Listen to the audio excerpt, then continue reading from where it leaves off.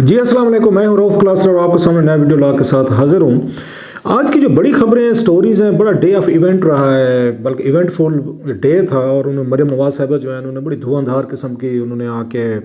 انہوں نے press conference کی، وہ آپ سب لوگوں نے سنی ہے، اور اس کے جواب میں عمران خان صاحب ہیں انہوں نے بھی اس کا جواب دیا، اور بڑے عرصے بعد ہم نے دیکھا دونوں سائڈ سے ایک دوسرے پہ براہ راست پھر حملے کیے گئے ہیں۔ اس پہ تو بات کرتے ہیں کیا کہ حملے کیے تھے، لیکن جو اس میں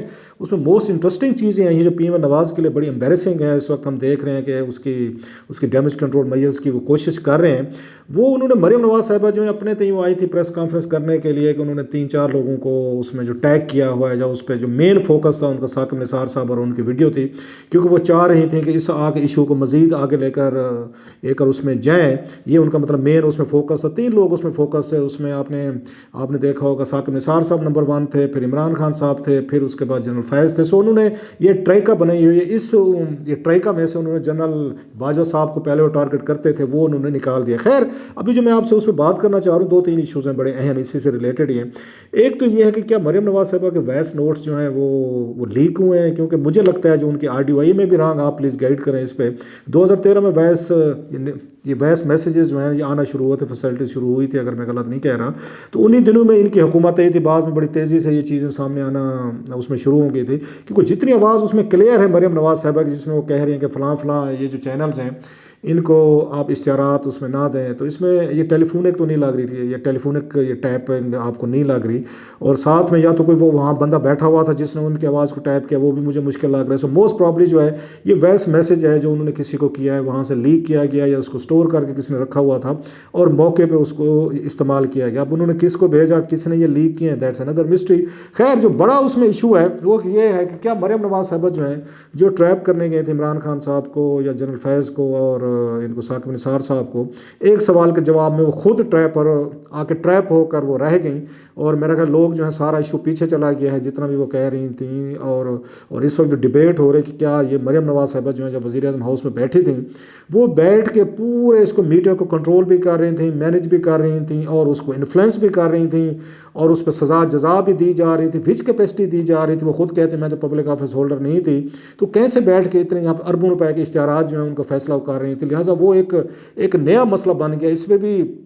آ کے بات کرتے ہیں۔ لیکن میں ایک اور بھی آپ کے ساتھ بات اس میں شیئر کرنی ہے کہ اس کی بات ہو رہی ہے نا کہ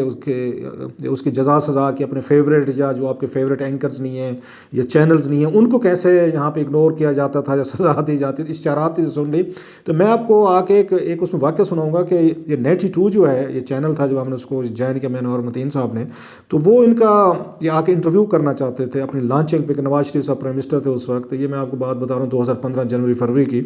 تو کہ ان کو بھی وہ کیا جائے، ان کا انٹرویو کیا جائے۔ تو اس کے بعد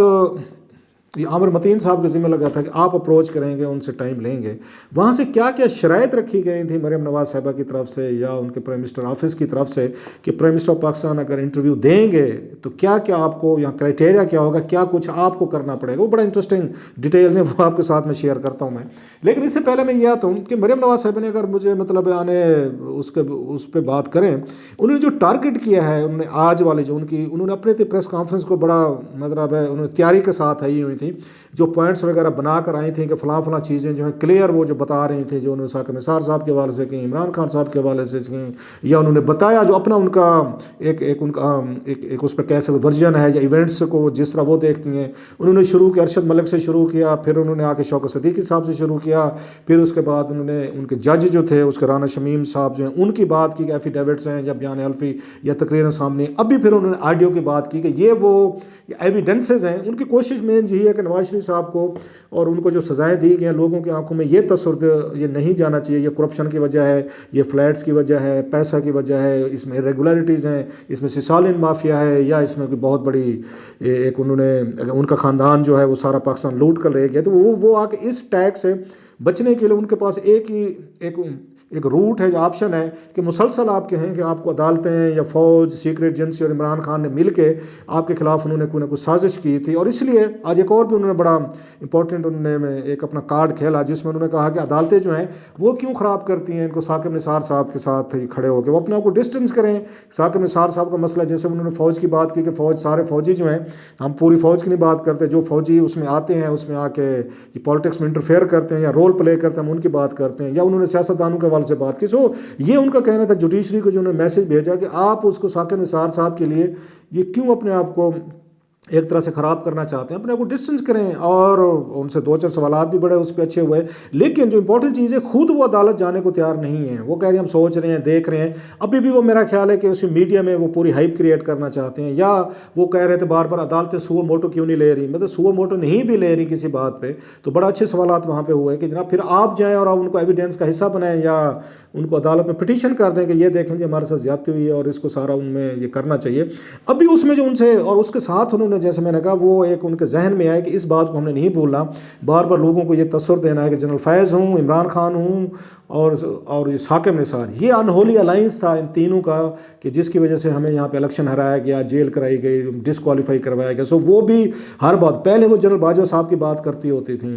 بولتی بھی ہوتی تھی, لیکن اب ہم نے دیکھا ہے کہ انہوں نے جنرل باجوہ صاحب کو بالکل انہوں نے سائڈ پہ کر دیا. فوکس جو ہے ان کا, ٹارگٹ جو ہے, ان کو کسی نے بات سمجھائی ہے شاید کہ جناب آرمی چیف جو ہے الٹیمیٹلی اگر کوئی آپ کو کوئی سو کالڈ ریلیف اگر ملنا ہے, کوئی بات چیت ہونی ہے کہ پاکستان اسٹیبلشمنٹ کے بغیر حکومتیں گرتی ہیں یا بنتی ہیں, تو آپ کو ان کو چھوڑ دیں, باقی جو ہے نا, باقی پلیئر جو ہے نا ان کو ٹارگٹ کرتے رہیں, تاکہ کل کو بات چیت جو ہے اگر ہونی بھی ہے کوئی جہاں پہ ہماری ڈیل ہوگی تو انہی سے ہی ہو سکتی ہے. سو یہ انہوں نے بڑا وائزلی ان کو سائڈ پہ کیا ہوا ہے ایک چیز. لیکن جو انہوں نے ایک اور انہوں نے عمران خان صاحب پہ بڑا انہوں نے حملے کیے, اور میرا خیال بڑے عرصے بعد انہوں نے آ کے عمران خان صاحب کو ٹچ کیا ہے, جو انہوں نے منی اس کی ٹریل کی بات کی ہے, جو ان کے قریبی لوگوں کو, نام تو نہیں لیا انہوں نے جمیمہ خان کا, کیونکہ منی ٹریل تو انہوں نے دی تھی یا انہوں نے سرٹیفکیٹ دیے تھے, جس میں مریم نے یہ کہا کہ یہ جھوٹی بنائی گئی ہے, 20 سال پہلے کہاں پہ بینک بھی بند ہے پھر بھی آپ نے نکال دی ہیں. مطلب یہ تھا فورجری کی گئی, فورج قسم کے یہ جو ڈاکومنٹس ہے یا منی ٹریل تھا وہ آ کے سپریم کورٹ میں پیش کر دیا گیا, اور کورٹ نے اس کو ایز اٹ از اس کو ایکسیپٹ کر لیا. کوئی GAT نہیں بنائی, کوئی انویسٹیگیشن نہیں کی کہ وہ بیٹھ کے ساری چیزوں کو آ کے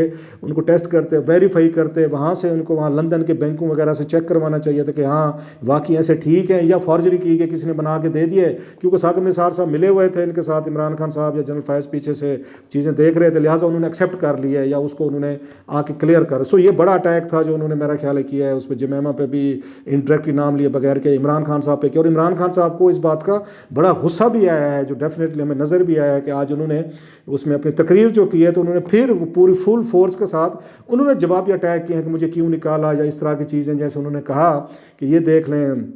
کہ آپ نے کیسے وہاں پہ یہ ساری چیزیں فلیٹس لیے, کرپشن کی, پیسہ, وہ ساری بات عمران خان صاحب کرتے ہیں. لیکن ان دا ہیٹ آف ایموشن ہم نے دیکھا کہ مریم نواز صاحبہ سے وہ بلنڈر لگا. بلنڈر مینس کہ وہ یہ سمجھ رہی تھیں کہ شاید میں ایک اس پہ ہائی مارل گراؤنڈ لوں گی اور میں کہہ دوں گی کہ جناب یہ دیکھیں کہ میں مانتی ہوں, لیکن یہ نہیں مانتے کہ یہ ٹیپ ان کی ہے. میں تو نہیں کہتی, ہاں میرے الفاظ ہیں, میں نے کہے ہیں, فیئر انف. لیکن میرا خیال ان کا ایڈمیشن جو ہے, جو انہوں نے بڑا بولڈ ایڈمیشن کیا ہے, یہ بڑا ہلٹ کرے گا اس کو نواز لیگ کو. ابھی سے ہلٹ کرنا شروع ہو گیا ہے. مریم اورنگزیب صاحبہ نے ابھی بعد میں انہوں نے کوئی آ کے ایکسپلینیشن دی کہ نہیں جی ہمارا مراد تھی کہ پارٹی کے جو اشتہارات ہوتے تھے, ایون پارٹی کے اشتہارات بھی اگر وہ کنٹرول کر رہی تھی مریم نواز صاحبہ کہ کس کو دینے اور کس کو نہیں دینے, کون ہمارے حق میں آ کے بولتا لکھتا ہے یا کون نہیں کرتا, تو بھی میرا خیال ہے یہ میڈیا کے لیے میسج تھا کہ آپ ہمارے لیے آ کے گانے گائیں گے, گیت گائیں گے, ہمارے آ کے قوالیاں پڑھیں گے تو ہم آپ کو اشتہار دیں گے, پیسہ دیں گے, چاہے پارٹی کے اشتہارات کیوں نہ ہوں. لیکن اگر آپ نہیں کریں گے تو پھر جناب آپ کو اشتہارات نہیں ملیں گے, جس میں 3-4 چینلز کی بات کی کہ 92 تھا, 24 تھا, اور ساتھ میں سما تھا اور ARY تھا. یہ وہ 4 انہوں نے سنگل آؤٹ کیے تھے. سو وہ اب ان کے لیے مریم صاحبہ کے میرے خیال ایک اچھا خاصا مسئلہ بن گیا. اس سے یہ بھی ثابت ہوتا ہے کہ مریم نواز صاحبہ جو ہیں یا ان کی حکومت جو تھی, جو بعد میں ہم نے دیکھا کہ فواد چودھری صاحب اور اظہر نے انہوں نے لسٹ بھی شیئر کی کہ انہوں نے 10 ارب کے قریب کے جو اشتہارات جو دیے گئے ہیں, کتنے بڑے بڑے گروپس ہیں جن کو پیسہ ملا ہے اور ان کو اچھے خاصے پیمنٹس ہوئی ہیں, اور وہ گروپس جو ان کے اس میں اس گڈ لسٹ میں نہیں تھے, ان کو اشتہارات جو ہیں اس طریقے کے نہیں ملے جو لسٹ انہوں نے جاری کی. اس سے بھی اندازہ ہوتا ہے. یہ بھی ثابت ہوتا ہے کہ پاکستان میں کیسے جو پاورفل لوگ ہوتے ہیں, جب آپ پرائم منسٹر آفس میں بیٹھے ہوتے ہیں تو پھر کیسے بیٹھ کے مینیج کرتے ہیں, کہ کیسے یہ سزائیں دی جاتی ہیں. بعض کے پیمرا کے ذریعے شو بند کروا دو, پیمرا کے ذریعے چینل بند کروا دو. وہ علیحدہ ایک آپ کارروائی کر رہے تھے. فائنینشلی طور پر ان چینلز کو نقصان دینے کے لیے آپ نے ادھر سے ایک اور سسٹم بنایا ہوا تھا کہ صرف یہ انہی چینل کو اشتہار جائے گا, اور باقاعدہ نام بتا رہے ہیں کہ ان کو نہیں جائے گا کیونکہ یہ ہمارے مطابق جو ہیں یہ پروگرام نہیں کر رہے, اپنے اینکرز ہیں ان کو سٹاپ نہیں کر رہے, سمجھا نہیں رہے. سو وہ بڑا میرا خیال ہے مریم نواز صاحبہ کا یہ اعتراف جو ہے, جو میں آپ کو پہلے بھی ایک دفعہ اپنے ویلاگ میں کہہ چکا ہوں کہ مریم نواز صاحبہ اگر یہ کبھی پاور میں, یہ عمران خان صاحب سے بھی میڈیا کو آگے سختی کے ساتھ ہینڈل کرنے میں 4 ہاتھ آگے جائیں گی. ابھی عمران خان صاحب کا پہلا سال ہے, اگرچہ یہ بھی کسر انہوں نے بھی نہیں چھوڑی ہوئی.